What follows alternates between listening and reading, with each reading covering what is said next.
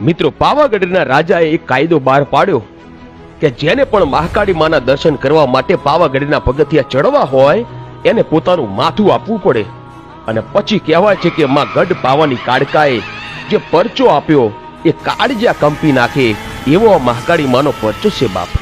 પાવાગઢના પતઈ રાજાના પિતાશ્રી મનુ રાજા એ મહાકાળી માં સાથે વેણે વાતો કરતા. અને મનુ રાજાને એક નિયમ હતો કે તેઓ રોજ સવારે ઉગતા સૂરજની સાથે ચોખ્ખા ઘીની સુખડી બનાવી અને પાવાગઢના ડુંગરે માતાજીને જમાડવા જાય. ત્યારે એકવાર મનુ રાજાએ માતાજીને સુખડી જમાડી અને એટલું બોલ્યા કે હે માળી, આ તને ચોખ્ખા ઘીની સુખડી જમાડી છે તે તને પહોંચી તો છે ને? આમ એક દિવસ, 2 દિવસ, 3 દિવસ અને ચોથા દિવસે પણ મનુ રાજા સુખડી જમાડીને બોલ્યા, હે મારી ગઢ પાવાની મહાકાળીમાં, તને સુખડી પહોંચી તો છે ને? ત્યારે મારી ગઢ પાવાની કાળકા બોલી કે હે મનુ રાજા, એક 1.25 શેર ઘીની સુખડી જમાડે છે, એમાં તું મને 4 વાર તો પૂછે છે. તે તો ઘીની સુખડી જમાડી, પણ આ જગતમાં અમુક માણસો મને એના માથા પણ ચડાવવા વાળા પડ્યા છે. આ માતાજીના શબ્દો મનુ રાજાને ખોટા લાગ્યા અને તે માતાજીને વિવાદ કરે છે કે હે માળી, તને કોણ માથા ચડાવતું હશે, હું પણ જોઉં છું. પછી તો મનુ રાજાએ પાવાગઢના ડુંગરના પગથિયે લખી દીધું કે જેને મહાકાળી માનું માથું ચડાવવું હોય એ જ આ ડુંગર ઉપર પગ મૂકે, નહીતર કોઈએ ચડવું નહીં. આમ કરી રાજા ડુંગરેથી ઉતરી ગયો અને ત્યારથી 1 દિવસ, 2 દિવસ અને એમ કરતા કરતા 3 મહિનાના વાણા વાઈ ગયા. માણસ તો ઠીક, પણ કોઈ ચકલું પાવાગઢના ડુંગરે ફરકતું નથી.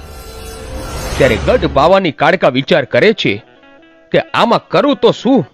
પછી મહાકાળીમાં પાવાગઢથી સમડી બની ઉડતા ઉડતા આકાશ માર્ગે ચાલતા થાય છે.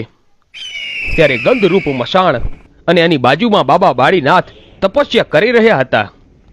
રાતના 12 વાગ્યાનો સમય બન્યો અને માતાજી આકાશ માર્ગે ઉડતા ઉડતા જાય છે. ત્યારે બાબા બાળીનાથને અંતર ધ્યાનથી જોયું કે આહાહા, આકાશમાં કોઈ દેવી જાય છે. પછી તો પોતાના હાથમાં આંજળી લઈને હવન કુંડમાં ઘા કર્યો અને હવન કુંડમાં નાખતાની સાથે જ જમીનથી આકાશ સુધીની દિવાલ બની ગઈ અને માતાજી એ દિવાલે અથડાઈ અને નીચે આવ્યા. બાળીનાથ જેવો તેવો બાવો નથી, પણ જુગ જુગનો જોગી હતો અને દેવીને કહે છે કે હે દેવી, કેમ અત્યારે? ત્યારે ગઢ પાવાની કાળકા વાત કરે છે કે મારે અને મનુ રાજાને વિવાદ થયો છે કે મને માથું ચડાવે એવો માણસની શોધમાં હું નીકળી છું. હે બાળીનાથ બાબા, મને માથું ચડાવે એવો માણસ કોઈ છે ખરો? અને તે દી બાબા બાળીનાથે મહાકાળી માને એટલું કીધું, હે દેવી, ઉજ્જૈન નગરીમાં રાજા વિક્રમનું રાજ ચાલે છે. એ એક જ એવો પરાક્રમી રાજા છે કે એ તમને માથું ચડાવે, બાકી તો આ દુનિયામાં કોઈ પોતાનું મસ્તક ના આપે. ત્યારે સવાર પડી બાબા બાળીનાથ અને મહાકાળીમાં ઉજ્જૈન નગરીમાં આવે છે. ત્યારે સવારે વિક્રમ રાજા પોતાની ગાદીએ આવીને બેઠા અને બોલ્યા, કોઈનો ન્યાય, કોઈનો ગુનો? ત્યારે બાબા બાળીનાથ એટલું બોલ્યા કે હે મહારાજ, તમારા દરબારમાં કાળા માથાના માનવી અપરાધ કે ગુનો કરતા હશે અને ન્યાય માંગતા હશે, પણ આજના દરબારમાં તમારી પાસે ન્યાય માટે એક દેવી આવી છે. પછી વીર વિક્રમ મહાકાળી માને જોતા જ ઓળખી ગયા અને લાકડી પડ્યા પગમાં પડી જાય છે. બોલો માં, આજે મારા દરબારમાં તમારે કેમ આવવું પડ્યું? મહાકાળીમાં બોલ્યા કે વિક્રમ, પાવાગઢના ડુંગરે મનુ રાજા મને 1.25 શેર ઘીની સુખડી જમાડતા જમાડતા 3 વાર બોલ્યો. ત્યારે મેં એમ કહી દીધું કે મને સુખડી જમાડે છે, પણ દુનિયામાં મને મસ્તક ચડાવવા વાળા પણ પડ્યા છે. તો હે રાજન, મને મસ્તક ચડાવે એવો માણસ જોઈએ છે. ત્યારે વીર વિક્રમ બોલ્યો, હે માળી, તને મારું મસ્તક તો ચડાવું, પણ મારી એક શરત છે. કે બોલ વિક્રમ, તારી શું શરત છે? કે માળી, મારા રજવાડામાં કોઈ માણસનું મૃત્યુ થાય ને તો એનું શબ લઈને સ્મશાનમાં જઈએ ને ત્યારે 4 ખાંડિયા જે શબને ઉપાડીને સ્મશાન ગયા હોય ને એ પાછા આવતા નથી. ત્યારે માતાજી બોલ્યા કે આવું કેટલા સમયથી થાય છે?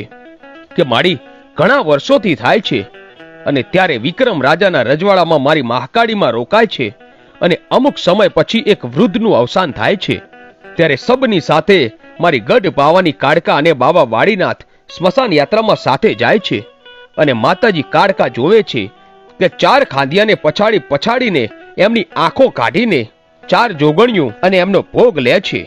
અને જ્યારે જોગણીઓ માણસને મારીને એના કાળજા કાઢતી હતી ત્યારે મારી ગઢ પાવાની કાળકા બોલે છે કે હે જોગણિયું, તમે આ માણસનો અપરાધ કેમ કરો છો? અને તે દિવસ આ જોગણિયું એટલું બોલી કે બાઈ, તમને તમારા મંદિરે કોઈ કાળા માથાનો માનવી નિવેદ ધરાવતો હશે, પણ અમને અહીંયા કોણ નિવેદ ધરાવવા આવે? અને તે દિવસે જોગણિયોએ એટલું કહ્યું કે અમને નિવેદ દેવા કોણ આવે? ત્યારે મારી કાળકા બોલી કે હું એક વાત કહું? હા બોલો. જા, આજથી હું તને 4 શ્રીફળ આપીશ અને ગામને ચાંપે જ્યાં નનામી ખાંબી કહેવાય ત્યાં તમારે 4 શ્રીફળનો ભોગ લેવાનો છે. કાંઈ વાંધો નહીં. અને આમ કહી જોગણીઓ જતી રહે છે. વિક્રમ સંવતની જે દિવસે સાલ છપાણીને એ દિવસે સૌ પ્રથમ મેલું મસાણ અને ગંધુપિયું મસાણ દુનિયાનું એ પહેલામાં પહેલું સ્મશાન હતું. વીર વિક્રમ, માતાજી મહાકાળી માએ અને 4 જોગણીઓએ આ સ્મશાનને સ્થાપ્યું હતું. ત્યાર પછી આજ સુધી માણસો મરે અને 4 શ્રીફળ વધેરાય છે ત્યારે બધા મેલેડીને ચડે છે એવું માને છે, પણ માં મેલેડી તો નિમિત્ત છે, પણ શ્રીફળ તો જોગણીઓ લઈ જાય છે. અને પછી મારી ગઢ પાવાની મહાકાળી માએ કહ્યું કે વીર વિક્રમ, તારું દુઃખ તો મેં ભાગી નાખ્યું. તારા રાજ્યમાં હવે ગાંધિયા મરશે નહીં. હવે ચાલ મારું કામ પૂરું કરવા. પછી માતાજી અને વીર વિક્રમ પાવાગઢના ડુંગરે આવે છે અને મનુ રાજાને બોલાવે છે. અને પાવાગઢના ડુંગરે ચડી અને મારી કાળકા કહે છે કે હે મનુ રાજા, તું મને સુખડી ચડાવે છે ને? તો જો, કાળા માથાનો માનવી આજે મને મસ્તક ચડાવવા આવ્યો છે.